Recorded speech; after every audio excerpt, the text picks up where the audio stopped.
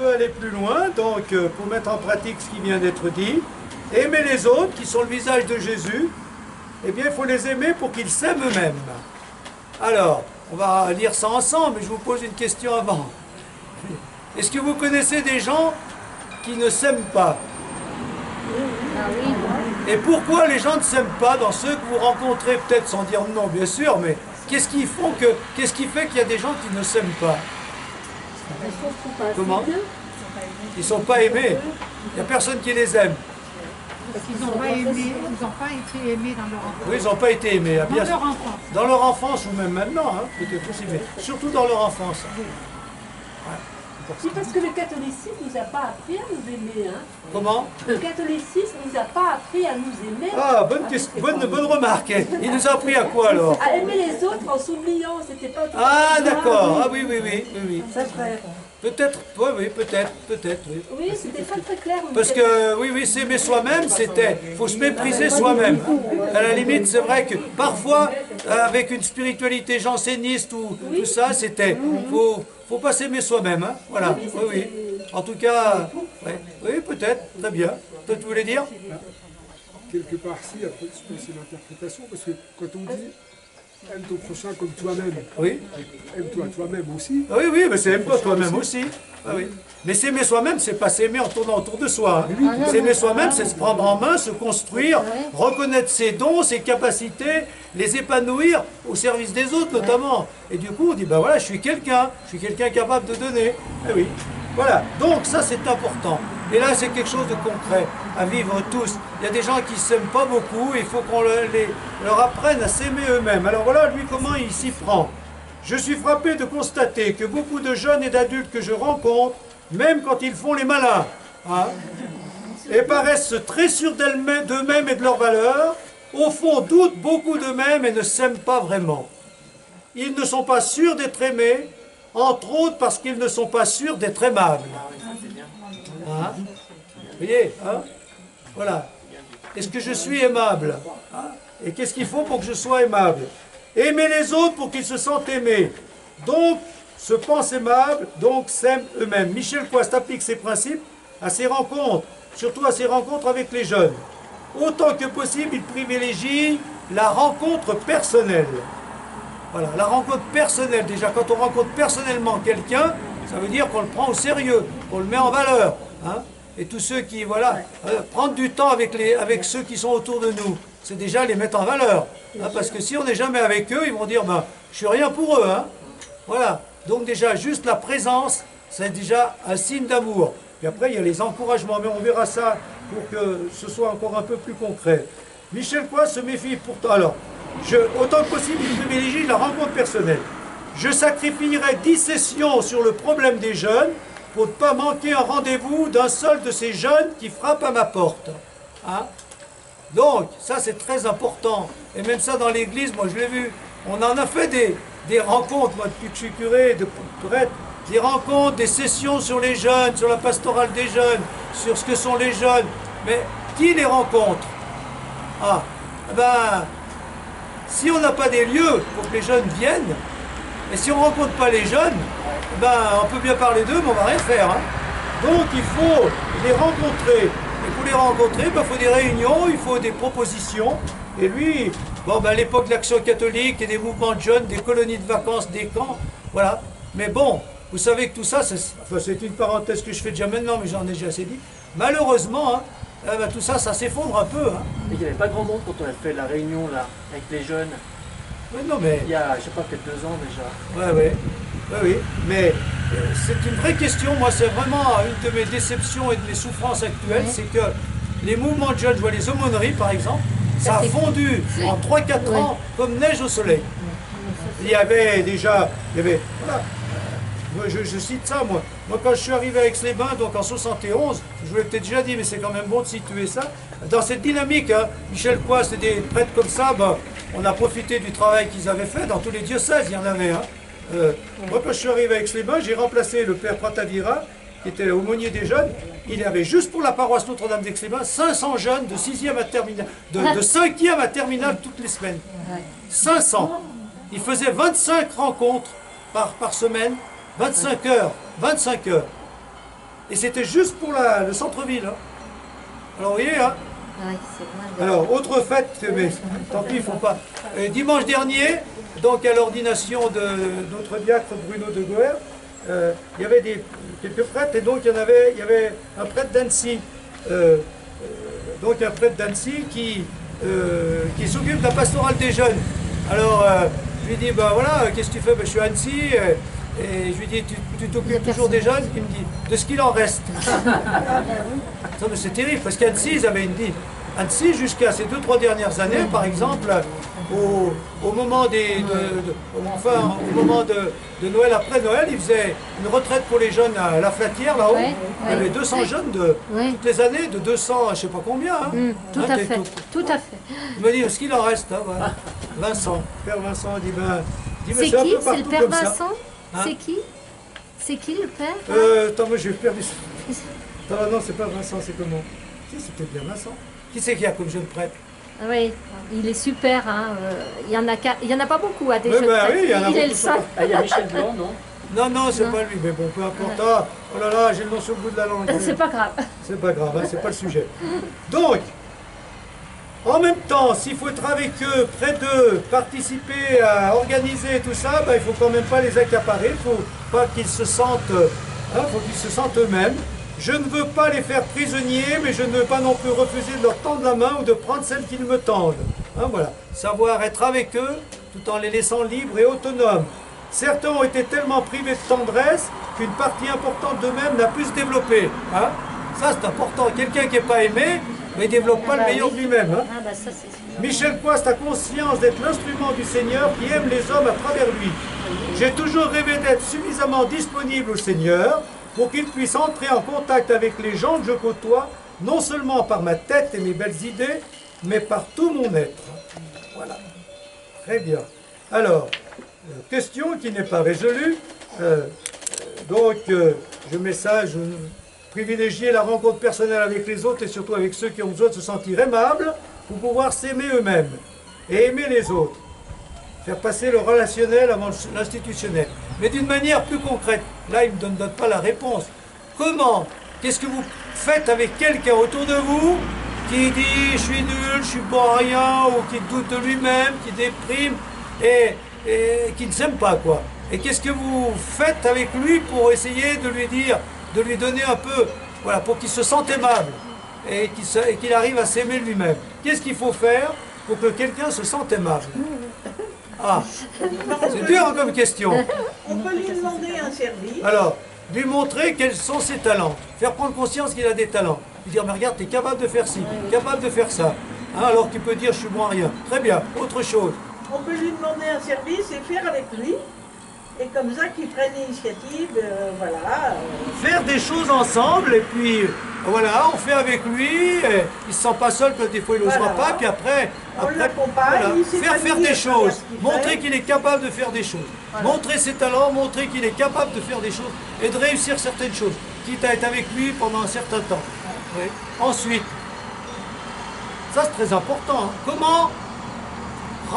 Comment faire prendre conscience à quelqu'un qu'il est aimable? Et puis on peut lui donner des petites paroles de Jésus dans la Bible, voilà, en lui disant, regarde ce que Jésus te dit. Oui, on peut lui dire ça, on Et peut lui dire. puis on peut lui donner une parole, ne crains pas, car je suis avec toi, tu es important pour moi et je t'aime. Des paroles qui encouragent ou qui éclairent dans la Voilà. foi, si c'est possible. Ouais. Qui a une autre idée? Vous chercherez. Et puis lui donner une petite responsabilité de rien du tout, mais qui peut amener beaucoup. Donner une responsabilité, oui. Voilà. Très bien.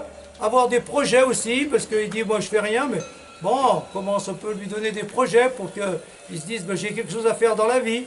Hein, voilà. Très bien. Mais donc, déjà, au moins ça, être avec. Hein. Être avec, parce que ça montre que si on est avec lui, c'est qu'on le prend au sérieux, qu'on l'estime. Être librement par amour. Je désirais aimer les autres au maximum, comme mon Seigneur me le demandait. Hein. Ça reprend tout ce qu'on vient de dire. Hein. Je ne renonçais pas à aimer, ni à donner la vie, ma vie. Au contraire, je donnais tout. Être prêtre, c'est aimer en donnant tout et c'est être libre. Donc il a deux choses, don total mais en même temps liberté. Dieu nous laisse libres de décider l'orientation de notre vie.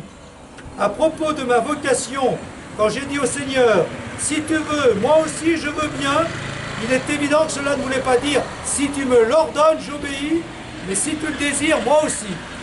La vocation, ce n'est pas un ordre, c'est un désir de Dieu qui éveille notre propre désir.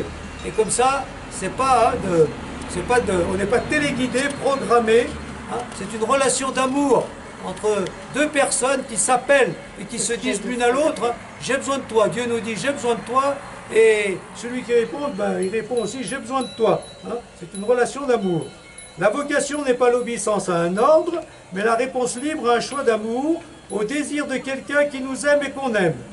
Être prêtre, c'est vivre une intime séduction pour Jésus. Ce Jésus qui est présent dans les autres, et qui est le visage de l'amour. Une attirance folle, impérieuse, et non être l'administrateur d'une vieille institution, un fonctionnaire de l'Église.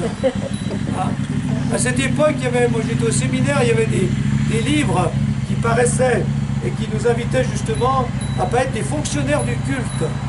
Alors voilà. Mais le problème, c'est des petites parenthèses, mais c'est bien d'actualiser. Le problème, c'est que la situation, depuis ce temps-là, a évolué dans un sens qui n'est pas forcément favorable à ce que Michel Coste souhaite. Parce que lui souhaite la relation avec les autres, l'amour, la rencontre. Mais nous, on est dans une situation où, malgré nous, on devient un peu fonctionnaire du culte. C'est-à-dire qu'on va d'une église à l'autre pour les sacrements. Et on n'a plus le temps de la rencontre avec les gens, ou pas assez. Parce qu'on n'est plus assez nombreux et que nous, le territoire s'est agrandi. Voilà le problème des prêtres aujourd'hui.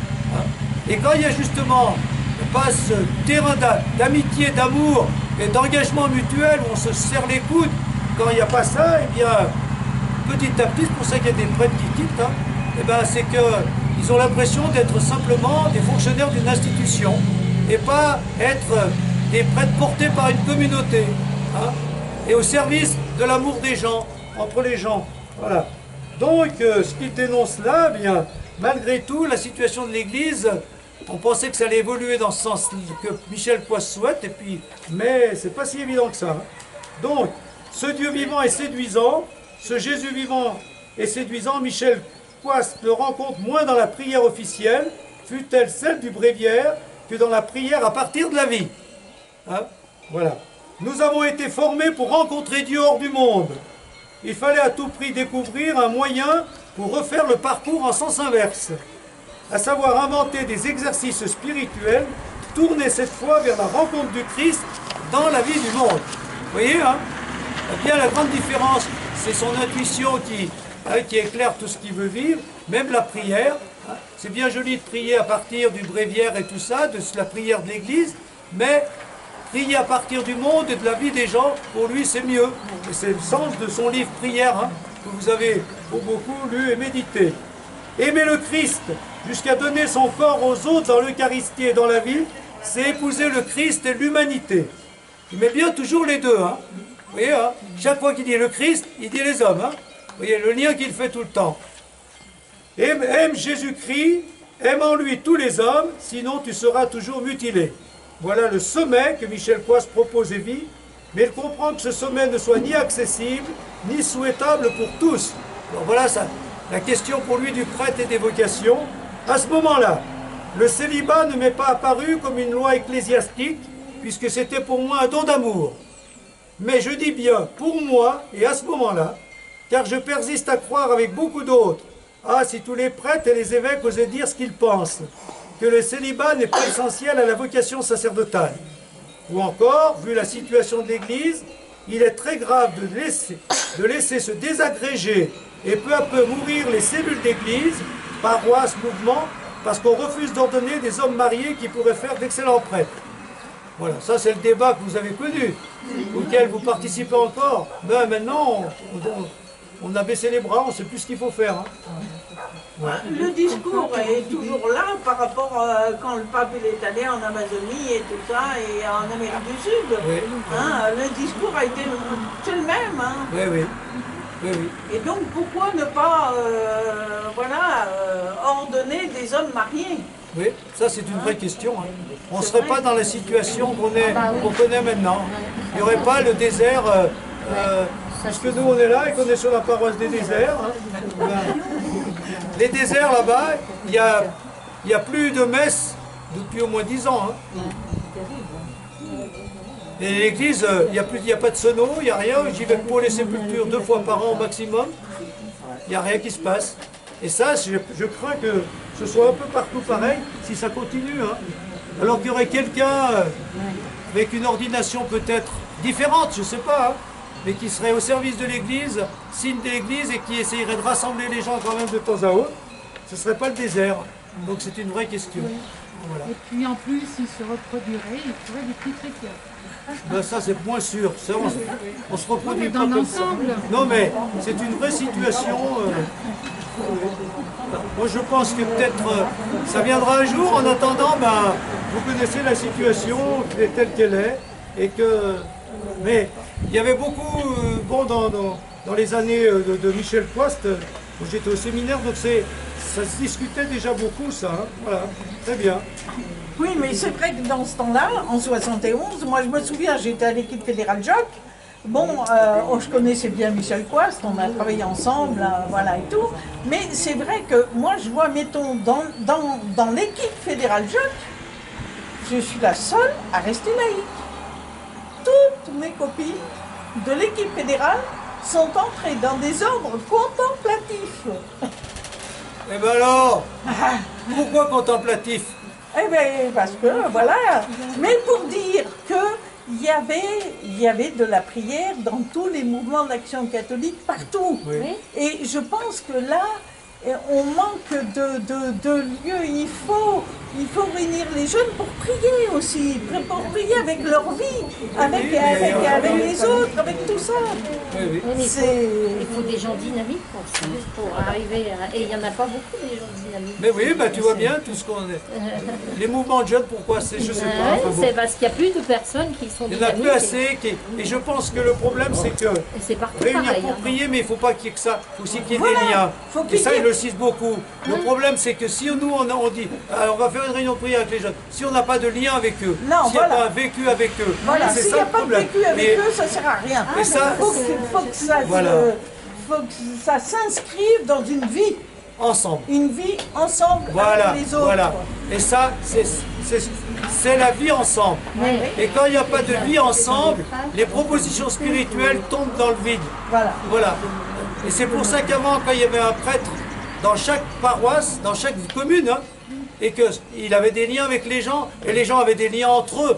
Et c'est comme ça qu'ils se stimulaient les uns Bien les sûr, autres, bien sûr. convaincus ou moins convaincus, il y avait quand même... Ah bah et ça oui. maintenant, petit à petit, au fur et à mesure qu'il y a moins de liens, ben, nos propositions tombent un peu dans le vide. Voilà. On l'appelait un peu les médecins. Il faut de l'âme. vivre Ouais. des choses avec les jeunes comme avec les Voilà. gens, avec les petits-enfants. Il faut vivre Donc ça, avec. c'est la situation de l'Église, vous en pensez, voilà, je ne sais pas comment ça va évoluer, mais on est encore là-dedans et ça nous pose beaucoup de questions. Alors, Parce que il y a quand même un regard de tout ce qui est spirituel, de quelque façon que ce soit, c'est pas forcément manifestateur. On a le sentiment quand même que de plus en plus, les gens ne alors tu vas le dire très fort ce qu'il dit François, il va vous dire fort, tu dis, lève-toi toi, comme moi, tu leur dis, il dit, voilà, comment tu vois toi? Oui, moi, Vas-y. je vois qu'il y a quand même on a l'impression qu'il y a un regard aujourd'hui de tout ce qui touche au spirituel, que tout un chacun ne se contente plus forcément des choses matérielles, d'aller acheter un truc, un machin, qu'il y a autre chose, qu'il y a besoin d'autre chose. Après, ça se manifeste pas forcément à travers la religion catholique. Mais on a l'impression que Donc il y a un quand on regard va- spirituel, mais les gens ne vont pas chercher ce spirituel forcément dans la religion catholique. Ils vont où alors? Ça on en se parle souvent, mais c'est bon de le redire. Ils vont où? Où ils vont chercher cette vie spirituelle?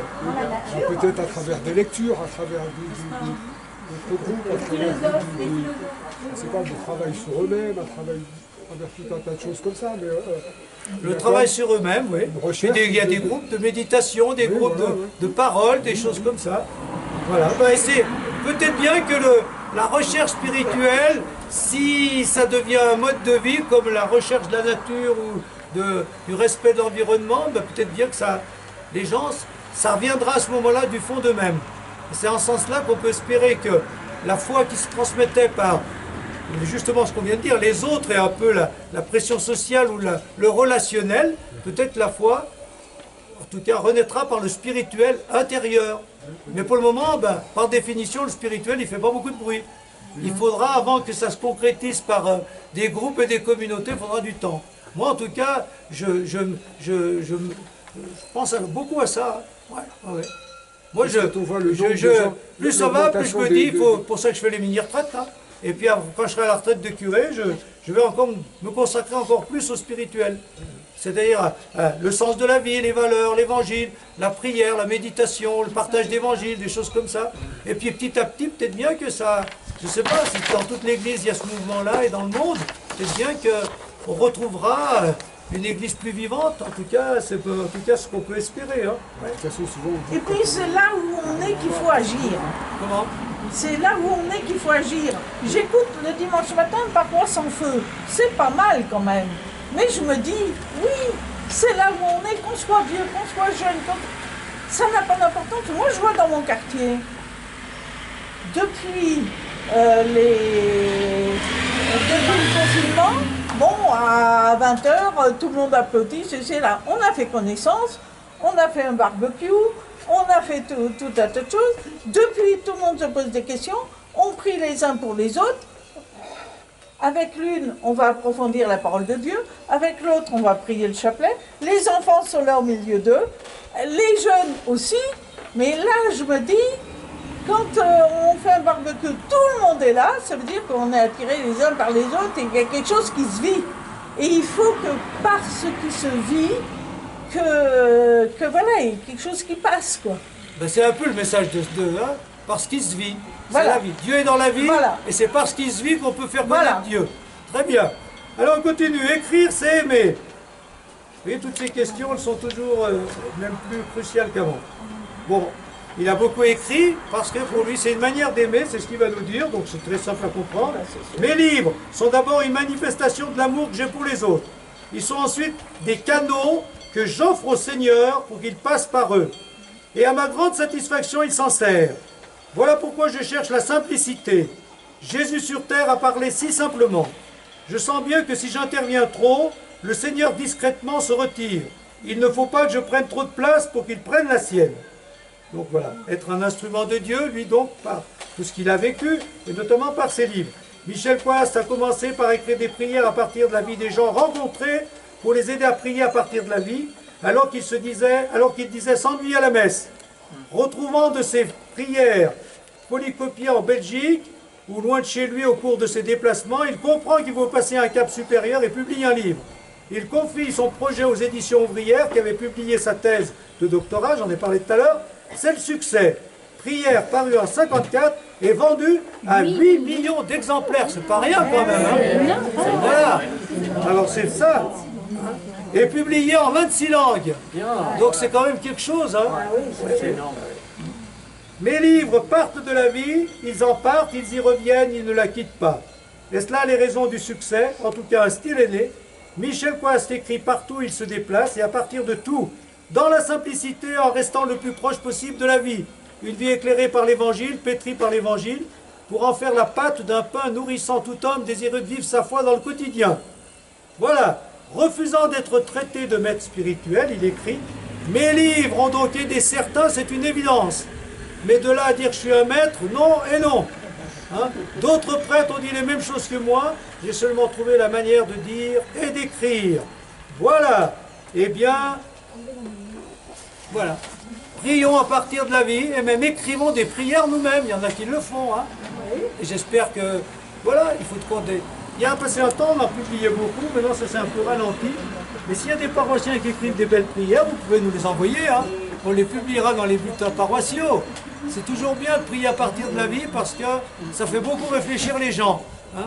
Et les gens disaient, moi, qu'est-ce que je dirais? Et qu'est-ce qui me marque dans ma vie? Qu'est-ce qui m'inspire une prière? Et puis, suivant ce qui est dit, la manière d'aborder avec l'aide de Dieu la vie, ça éclaire les autres pour qu'eux-mêmes mettent Dieu dans leur vie. Quand toute la vie devient prière. Donc, prier à partir de la vie, de faire de toute la vie une prière. Bon, ça c'est classique dans la spiritualité. Hein. Voilà. Il y a le temps par excellence de la prière, l'oraison, et il y a la prière permanente. On prie avec Dieu, en pensant à Dieu, en le mettant à nos côtés ou en pensant qu'il est à nos côtés dans tout ce qu'on vit. Quand j'ai eu la certitude que Dieu existait, j'ai voulu le rencontrer et lui parler. Au fur et à mesure de mes découvertes, me sont venus les mots simples, les expressions quotidiennes du langage de l'amitié et de l'amour. Surtout quand j'ai compris que Dieu était tout proche, puisqu'il était en moi, et surtout lorsque j'ai cru de toutes mes forces qu'il était l'amour. Donc il reprend tout ce qu'il nous a dit à une autre occasion. À la JOC, nous regardions à la fois l'évangile et la vie. C'était d'abord et avant tout une éducation de la foi. Nous apprenions peu à peu à voir le Seigneur au cœur de cette vie et nous inviter à travailler avec lui. Se nouait alors naturellement un dialogue, suivant les aspirations de chacun. Il ne s'agissait pas de réciter des prières d'une part, et de vivre une vie profane d'autre part. Prière et vie, c'était tout un, et pour moi, c'est une découverte extraordinaire. Bon. On a assez dit déjà, il le redit là, à propos d'une autre occasion, mais voilà. Il n'y a pas longtemps, je demandais à un homme encore très jeune, « Est-ce que tu pries ?» « Non, jamais, répondit-il. Je ne sais pas. Puis il ajoute, « Mais je pense souvent à Dieu dans la journée. » C'est déjà pas mal, hein? Voilà. Alors je lui ai dit, comme à tous ceux qui me font le même aveu, « Sais-tu dire bonjour, bonsoir, pardon, aide-moi, merci. » Oui, n'est-ce pas? Alors tu sais prier. Sers-toi des mots de tous les jours pour parler à Dieu comme à un ami, ou peut-être même à ton amour. Tu le combleras de joie, et puis plus tard peut-être, tu en viendras même à te passer de mots. C'est simple ça, hein? Oui. Voilà. Dieu est avec nous, la prière permanente quand on pense à lui, de temps en temps on peut lui dire allez viens m'aider, ou merci pour ce que je vois, ce que j'entends, ou telle rencontre. Donc voilà, Dieu est un ami avec qui on chemine, et il suffit de lui parler comme à un ami, voilà, tiens, bonjour, comment on va? Non, et puis voilà, merci, pardon, aide-moi, s'il te plaît, oui, c'est ça, c'est des mots simples. Prions à partir de la vie avec des mots simples, en sachant que Dieu est dans notre vie et qu'il faut être avec lui comme un ami, comme on est avec nos amis et nos proches. Prier ainsi, c'est répondre à l'attente de Dieu. Si nous devons prier, c'est d'abord pour exaucer Dieu qui le premier nous prie. Ça, c'est une idée qui revient aussi souvent. Dieu nous prie, c'est-à-dire il nous demande des choses. Hein. Voilà. Dieu nous attend, nous prie, non pour mendier notre amour, mais pour nous révéler le sien. Dieu ne nous cherche pas d'abord pour quêter notre amour, mais pour nous révéler le sien. Voilà. Dieu nous prie pour dire je t'aime, je suis avec toi, j'ai besoin de toi, je veux t'aider. Hein, voilà. Ensuite, il nous laisse libre d'y répondre et d'engager ainsi ce dialogue d'amour qui est le cœur même de la prière. Tout devient prière. Il suffit non de fermer les yeux. Alors c'est intéressant, hein. Quand on prie, habituellement, on ferme les yeux pour se recueillir. Hein. Voilà, ça reste de temps en temps. La vraie prière, l'oraison, on se recueille, on ferme les yeux, on fait silence, on va au fond de nous-mêmes. Mais lui dit, voilà, il y a une autre forme de prière qu'il faut développer, celle qui consiste à ouvrir les yeux. Donc, tout devient prière, il suffit non de fermer les yeux, mais de les ouvrir sur le délinquant, la prostituée, le chômeur, l'enfant, le pauvre, l'adolescent, les sportifs, les artistes, les chercheurs, les savants, les mineurs, les maçons, les architectes, hein, les médecins, le personnel soignant, on en a beaucoup parlé, les ingénieurs, les techniciens et toute la multitude des travailleurs de l'esprit et des mains qui lentement dominent la terre et l'apprivoisent. Voilà. Voyageant en train avec un livre, Michel Cois se met à prier ainsi. J'ai fermé le livre et ouvert les yeux. Tu as gagné, Seigneur. Vous voyez, ça c'est vraiment le style de Michel Cois. Hein. Ouvrons les yeux sur les autres. Et disons, tiens, qu'est-ce qu'il vit? Je prie pour lui. Il y a peut-être des soucis. Ou il a l'air joyeux. Ben, je remercie pour sa joie. Voilà, prier à partir de la vie des gens, de ce qu'on devine chez les gens, de ce qu'ils nous disent ou ne disent pas. Hein. Voilà, ça c'est très très... Et donc, ben, toute la vie devient prière si toute la journée, en rencontrant les gens, on a une prière spontanée comme ça, et puis peut-être que de temps en temps, ben, quand on fait vraiment des pauses prières, on dit tiens, j'ai vu tel ou tel à tel moment, je pense à lui, il m'a livré tel souci, tel problème, que je prie pour lui. Prions à partir de la vie, de nos rencontres, à partir de la vie des gens. Voilà. Ça va comme ça? Oui. Est-ce que vous voulez réagir à ça? Non? C'est bon? C'est clair? Ça reste bien dans la même ligne. L'évangile, une lettre d'amour. C'est d'abord aux réunions d'HJOC que j'ai découvert l'évangile. Tous les 8 jours, nous en lisions un passage. Mais ce n'était plus pour moi l'évangile de la messe et le sermon barbant. Ah. Dans l'évangile, on mêlait notre vie et dans notre vie l'évangile. Peu à peu, ça ne faisait qu'un. J'étais passionné, disons que l'évangile était ma nourriture. Si j'aimais assez pour venir au-devant de toi, petit, humble et amoureux, pour lire ta lettre d'amour que par les évangélistes tu as envoyée à ton Église et à toute l'humanité. Je ne sais pas, la phrase n'est pas bien faite, je ne sais pas si j'ai oublié quelque chose, hein, mais voyez ce qu'il veut dire. Hein. Voilà. L'évangile pour Michel Coise doit permettre la rencontre gratuite avec le Christ et non devenir, alors ça c'est une idée intéressante, vous me direz ce que vous en pensez. L'évangile pour Michel Coise doit permettre la rencontre gratuite avec le Christ et non devenir un outil, un instrument de travail apostolique ou un sujet d'étude exégétique, scientifique, qui décortique le texte comme si on pouvait décortiquer un vivant. L'évangile, c'est Jésus vivant, le faisant vivre de sa vie. Voilà. Donc l'évangile, ça vous savez qu'il y a la Bible, hein, il y a beaucoup d'études bibliques, d'études exégétiques, d'études scientifiques. Ben, lui, il dit que c'est pas ça l'important. Hein. C'est pour ça que quand on fait un partage d'évangile, il faut que chacun dise ce qu'il entend, ce qu'il ressent. Hein. C'est que chacun, à travers l'évangile, le Christ parle à chacun. Le problème, c'est pas de savoir si on dit ce qu'il faut dire, si on dit bien juste. Il faut dire ce que ça nous inspire. Ça, c'est laisser parler le cœur. L'évangile doit toucher le cœur et pas l'intellect. Hein. Alors, bien sûr, il y a des savants, des exégètes, des théologiens qui font ce travail intellectuel, mais il faut leur laisser en quelque sorte. Hein. Nous, il faut faire autre chose. Hein. Donc, il faut bien que ce soit une nourriture et pas une étude. Alors, je continue. D'où sa colère. J'ai grandi nourri de l'évangile. J'ai oublié quelque chose, non? Ouais, bon. Ouais. D'où sa colère. J'ai grandi nourri de l'évangile, de cette alimentation quasi quotidienne naquirent, j'en suis sûr, mes réticences actuelles et mes colères contenues, quand certains apprentis sorciers un peu durs semblent réduire l'écriture à un quelconque objet d'étude. Les écoutant ou les lisant, je souffre comme si devant moi, on disséquait vivante une personne que j'aime pour m'expliquer, sans risque d'erreur, la profondeur et le sens de son amour. Vous voyez ce qu'il veut dire, hein? Voilà. Il ne faut pas lire l'évangile d'une manière intellectuelle. En tout cas, bon, il y en a qui le font pour aussi peut-être nous expliquer certaines choses, pour situer dans l'histoire, etc. Mais bon, l'essentiel, c'est voilà, être dans la simplicité. Ouvrir l'évangile et le laisser nous parler, nous toucher le cœur. À nous donc de nous ouvrir les évangiles, ainsi compris comme lettre d'amour du vivant qui veut nous faire vivre de lui. Seigneur, donne-moi, je t'en prie, le levain de ton amour. Aide-moi à fréquenter l'évangile, non pour y chercher des recettes que l'on n'y peut trouver, mais pour me nourrir de la parole et que bon grain, elle pousse en mes terres disponibles, fleurisse en bonnes nouvelles pour mes frères et mûrisse pour eux en fruits de justice et de paix. C'est clair? Ça va comme ça.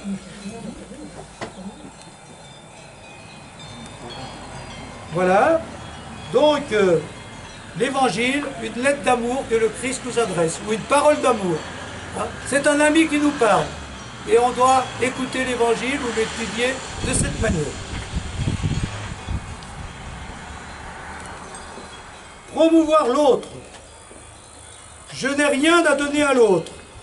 J'ai seulement le devoir de l'ouvrir à sa propre vie, de lui permettre d'être ce qu'il est. Tout est en lui, car la source est au fond de son être. Mais il y a tant et tant d'obstacles qui l'empêchent de jaillir. Je dois être celui qui l'aide à faire sauter les rochers et casser les dalles de béton autour de lui, mais plus encore en lui. Je dois être celui qui l'aide à fouiller, à creuser, toujours creuser, pour atteindre cette source où jaillira la vie. L'homme aussi, s'il réclame de l'aide pour orienter sa vie, a surtout et d'abord besoin pour grandir de regards, de mots et de gestes positifs. Bon, ça complète ce qu'on a dit tout à l'heure, hein, sur rendre les autres aimables, hein, leur montrer qu'ils sont aimables pour qu'ils puissent s'aimer. Et donc, il faut faire découvrir à l'autre qu'il y a des possibilités en lui, hein, et qu'il a des ressources. Et donc, il faut essayer de débloquer la situation. Quand quelqu'un dit « je ne suis pas capable » ou « je doute de moi », il faut essayer de l'aider à sortir de ce cercle vicieux pour qu'il prenne conscience qu'il a des possibilités et qu'il peut être lui-même. Promouvoir l'autre, ça veut lui dire « tu as en toi les moyens de t'en sortir, les moyens de construire ta vie, les moyens d'être toi-même. » D'accord? Voilà. En tout le monde, il y a ces possibilités. Il faut y croire nous-mêmes et aider les autres à y croire. Aimer l'autre, ce n'est pas lui donner ce dont il a besoin, mais le faire émerger de lui-même en lui donnant confiance, en le valorisant, en lui montrant tout le positif qui est en lui.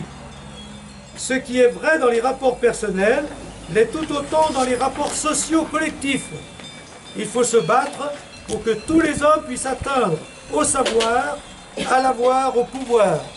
Pour les chrétiens, il ne doit pas y avoir de fossé entre engagement spirituel et engagement temporel. Hein?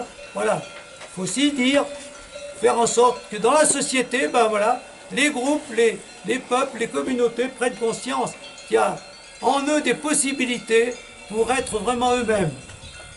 Il s'agit d'un seul mouvement d'amour venant du Christ pour faire émerger le meilleur de l'homme en tous et pour tous. On est loin de ce monde où tous les hommes seront, donc c'est ce qu'on espère, mais on en est loin, hein, vous êtes bien d'accord, hein? On est loin de ce monde où tous les hommes seront développés, épanouis, physiquement, intellectuellement, moralement, spirituellement, socialement. Hein? Vous êtes bien d'accord, hein? Il faut essayer d'aller vers ça, mais on en est loin. Ce monde est plutôt un monde qui rampe, où les médias parlent en premier des événements et des situations qui vont susciter le plus d'émotions, recouvrant ou effaçant les préoccupations de certains drames permanents infiniment plus importants. Voilà son analyse de la société. Hein. Il y a beaucoup à faire pour que les hommes se libèrent, deviennent eux-mêmes, s'épanouissent physiquement, intellectuellement, moralement, spirituellement, d'accord, socialement. Mais donc, le problème c'est que dans ce monde, ben, il y a des blocages, et puis il y a les médias dont on parle beaucoup, hein, nous souvent d'une manière critique, et lui aussi, voilà. On joue plutôt sur l'émotion, les événements qui créent l'émotion, plutôt que sur ce qui peut permettre, hein, à l'homme de sortir de lui-même et d'aller vers un monde meilleur. Bon, c'est les médias, ça, c'est la situation. Mais Michel Coiste ne baisse pas les bras et fait la guerre au fatalisme. Aucune structure, aucune situation, aucun événement ne peuvent empêcher l'homme, s'il le veut, de devenir plus homme. L'homme est au-dessus de ce qui le défait, l'homme est au-dessus de ce qui le fait et le défait. Aimer l'homme, c'est croire à cette possibilité de tout homme de faire advenir le meilleur de lui-même, même s'il donne les pires apparences contraires, ou s'il est prisonnier de conditions familiales, sociales, psychologiques, dramatiques. Je dois être celui qui aide les hommes à trouver leur trésor qui est en eux, à trouver leur trésor qui est avec eux. Je dois être celui qui aide les hommes à trouver leur trésor, qui avec eux laboure le champ de leur vie et leur murmure, tu brûles, creuse encore. Et hein, c'est beau, hein, l'image. Voilà. Le trésor est en toi, en toi. Et le toi, c'est les personnes, les groupes, les sociétés. En nous, il y a un trésor. Le trésor de notre vie, de notre épanouissement. Mais il faut creuser et puis le trouver, le mettre en valeur, ce trésor, et le développer. Donc, à nous de croire que tout homme peut faire jaillir le meilleur de lui-même, même si a priori ça semble impossible, vu son comportement et ses conditions de vie. Essayez de faire jaillir le meilleur des autres par nos regards, nos mots, nos gestes positifs envers tous, surtout les plus problématiques. Bon, ça va comme ça? Bien. Alors, autre sujet, la souffrance. La souffrance dans tout ça. L'amour, l'amour des autres, l'épanouissement, y croire, donc très bien. Voir le Christ dans les autres, voir le Christ dans la vie, mais la souffrance. Alors, pourquoi la souffrance? Que faire? Eh bien voilà, lui, comment il analyse les choses. Lui qui a connu l'épreuve à la fin de sa vie, de la maladie, et d'autres problèmes comme tout le monde. Michel Coiste a connu la souffrance. D'abord de la perte de son père à 13 ans. La souffrance de la guerre, en étant par exemple témoin entre autres choses, c'est un fait qui est cité dans le livre que j'ai lu, d'un carnage dû à l'incendie d'un train qui l'emmène à Paris et que les Anglais mitraillent. Bon, je ne sais pas comment ça s'est passé, simplement j'ai noté le fait. La souffrance de ceux qui se confient à lui, parce qu'il a toutes sortes de rencontres comme nous, hein, comme tous les prêtres. Et il y a des souffrances chez tout le monde. Hein. La souffrance de ceux qu'il visite à l'hôpital, la souffrance des proches qui meurent. Ben voilà. Par exemple, R est mort, j'ai envie de pleurer, j'ai envie de crier, je suis comme cela et je n'ai pas honte, je souffre, et c'est vrai que je souffre, je suis blessé, mais à qui pourrais-je dire ma propre douleur? Donc des souffrances de toutes sortes, hein. Ça il en a connu, nous en connaissons. Alors, face à la souffrance, voilà ce qu'il propose. La seule chose à faire, c'est la présence amicale. Souffrir n'est plus tout à fait souffrir quand on souffre ensemble et que quelques-uns nous montrent qu'on peut encore faire quelque chose même avec la souffrance. Donc être présent hein, quand quelqu'un souffre. Ou nous-mêmes quand on souffre, ben, quand on a quelqu'un présent avec nous, qui est à nos côtés, ben, ça se passe différemment que quand on est tout seul.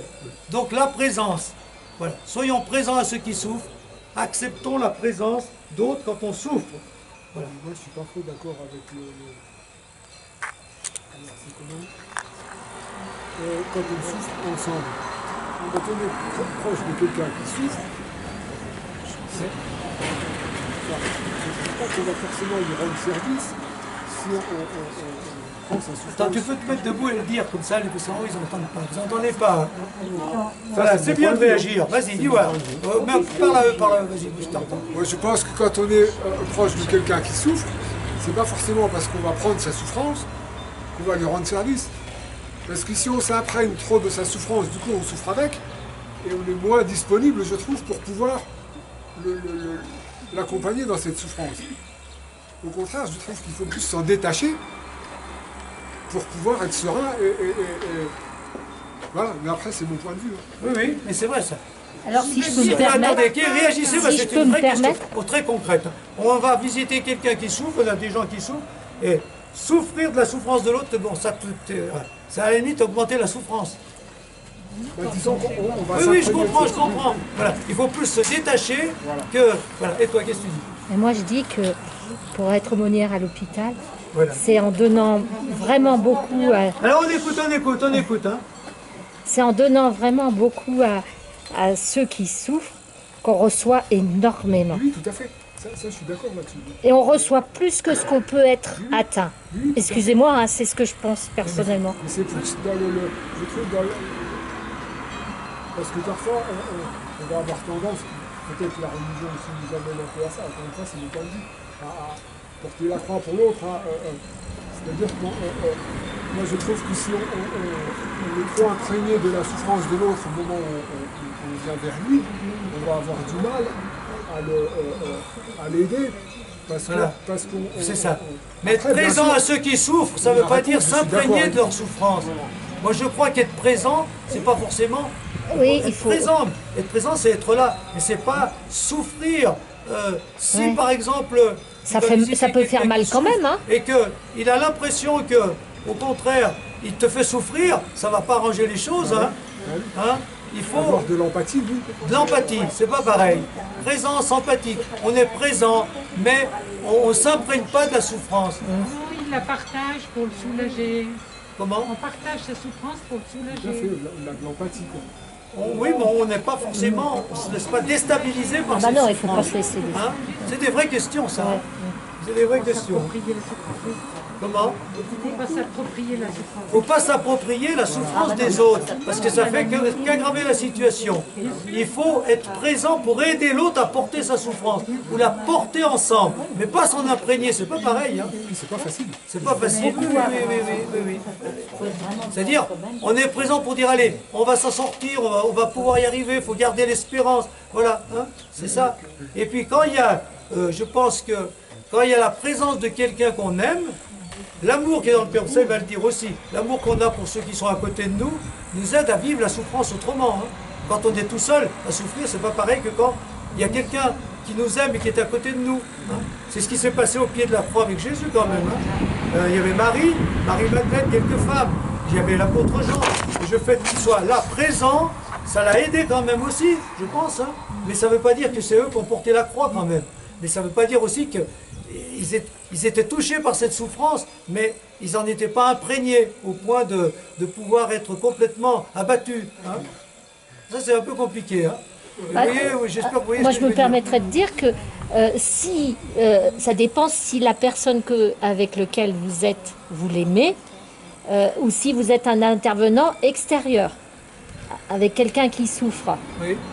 C'est pas pareil. Oh, c'est pas pareil. Voilà, donc effectivement, et la personne malade, elle peut dire des choses aussi à quelqu'un qui n'est pas proche, elle peut dire beaucoup de choses à quelqu'un qui n'est pas proche d'elle, mais qui lui a fait sentir qu'il y avait quelqu'un d'autre au-dessus à qui elle pouvait dire les choses. Voilà, il y a aussi ça, ce témoignage. On peut montrer que celle qui souffre peut s'ouvrir au Seigneur. Voilà, Hein. c'est que... Bien. Alors,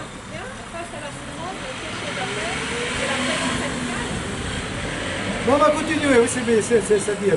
J'ai compris cette nuit-là, beaucoup plus que toutes mes réflexions, que lorsqu'on ne peut plus rien pour endiguer une souffrance, il reste toujours ce merveilleux pouvoir de l'amour, la présence. Hein, ça va comme ça, hein?